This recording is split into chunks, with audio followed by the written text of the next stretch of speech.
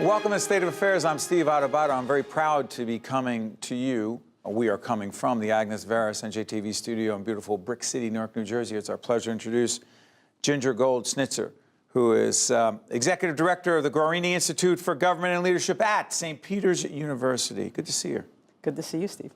I knew you when you were a kid. I know, it feels like that, right? Okay, so you've been with a couple of not-for-profits, advocacy organizations, right? 22 years at the NJEA? 22 years the New at Jersey NJEA. Education Association. Absolutely. So let me ask you this. I'm curious about this. You make the transition from lobbying and advocacy work for the New Jersey Education Association to a university setting. Yep.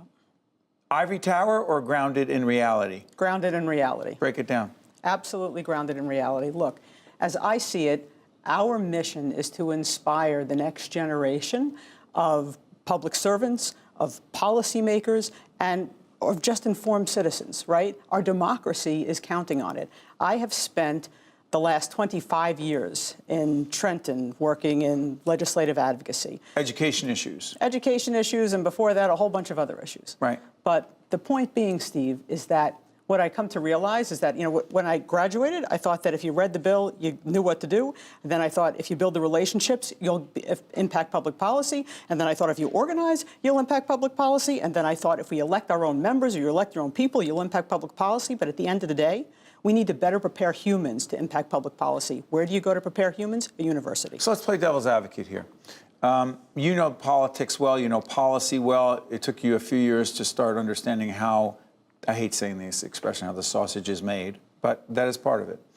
But at the Guarini Institute, named after, by the way, former United States Congressman Frank Guarini, represented Hudson County, Jersey City area, just a class act. And he was very much a part of the St. Peter's University community. I'm going to ask you this. You have said something that I like to say a lot. Excuse me, democracy is not a spectator sport. What do you mean by that? I know what I mean. What do you mean more importantly? I mean that if we don't engage, if we don't know the issues, if we don't take the time to share our opinions with the people making the decisions, it's like writing a blank check for anything to happen. And so part of that mission is to study policy and what's going on. Part of that mission is to figure out how to get it done, how it works and how to work it. But who? The devil's advocate question really comes down to citizens. I mean, listen, we want citizens to be involved, but there are a whole bunch of folks watching saying, wait a minute, how am I supposed to be involved? That's why I elected him. That's why I elected her. That's what their job is. But that doesn't work. No, you know what? If public policy is how we make the rules for our society, right? And who doesn't want to be at the table when the rules are being made? And there's lots of different ways you can take your seat at the table, right? Some people find it in elected office. You tried that for a while, right? But you found another seat at the table. Did you have to bring that up? Oh, I'm sorry. Come on, we just know each other a long time. Yes, that's right. You were a young lobbyist down there when I was in my first term in the legislature in the mid-'80s. But the reality is I learned in that short period of time that you think you know how it works, but is it three-quarters of it relationships? So look, it's real. A lot of it is about relationships, but you also have to understand the process. There's the process, what the textbook says, and there's how it really works. And before people can engage in this effectively, we need to share with them how it really works. What Policy about students, has a lot of constraints. I'm sorry for interrupting. No, go ahead. You said that students, you're trying to prepare students for what? I want to prepare students, if they're interested in a career in public policy, to pursue it. If they're interested to not have a career in public policy, I want them to understand that public policy, that policy making, that laws and regulations and the implementation of them affect their daily lives. And it's their responsibility to know it and to do something about it. That may be putting people in office who share their values. So it could be as simple as voting and being an informed voter. That could be as complex as, you know, going to become the head of an agency or a department in state or national government. In fact, there's a we're taping this on the 9th, right, Patty? The 9th of April. So this may be seen after on the 24th of April at St. Peter's University at the Guarini Institute. There is a policy forum, policy discussion called In the Weeds. This is about the legalization of marijuana? Absolutely. Why would you start with that as your first forum? Because it's the hottest issue in the legislature right now. And it's an ideal place to discuss it on a college campus where we have many students that may be really interested in that, right? And so it's if they're discussing it in Trenton, and if it's something that could happen in our state, and by the way, over 80% of our students at St. Peter's are from New Jersey, then we should be talking about it. We should be getting their feedback, their buy-in, their excitement for one side of the issue or the other, and try to show them that policy is really relevant to them. And by the way, I don't want to limit what Guarini Institute will do to just our students at St. Peter's University. We're going to hold programs that are free and open to the public. It's part of our mandate. Even though it's a university, it's not just for students. It's not just for students. I'm going to expand the conversation. There's a good chance we're going to use this conversation for our think tank. Check out our website. We have a new series called Think Tank. There's a podcast that goes with it. And when we discuss some things that have national implications, we've included it. And I'll tell you why I'm asking this. I'm obsessed by, hopefully in a healthy way, the tone and tenor, the negative, nasty, ugly tone and tenor of political discourse in our nation. Are you? I am, and that's what one of the things I said when I said we need to find a place to create better humans or better prepare humans for this work. Better preparing humans for this work might entail how do we get this done without some of that?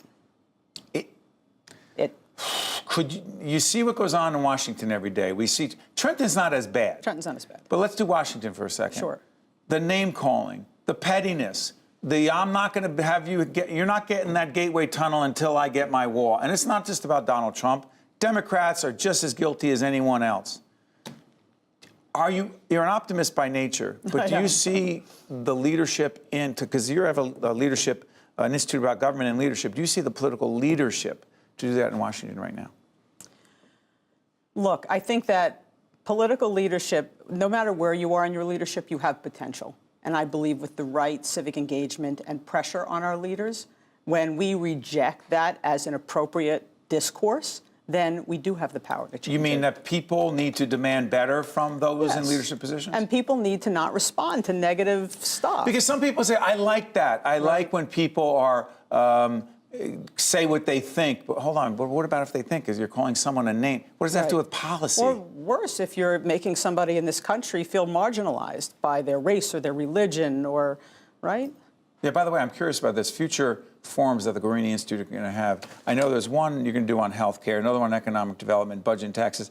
Immigration in the mix or no? Sure. Our students are very interested. Sorry for interrupting. A very diverse population. Yes, and frankly, I've been going to political science classes in the last week and talking about the Guarini Institute.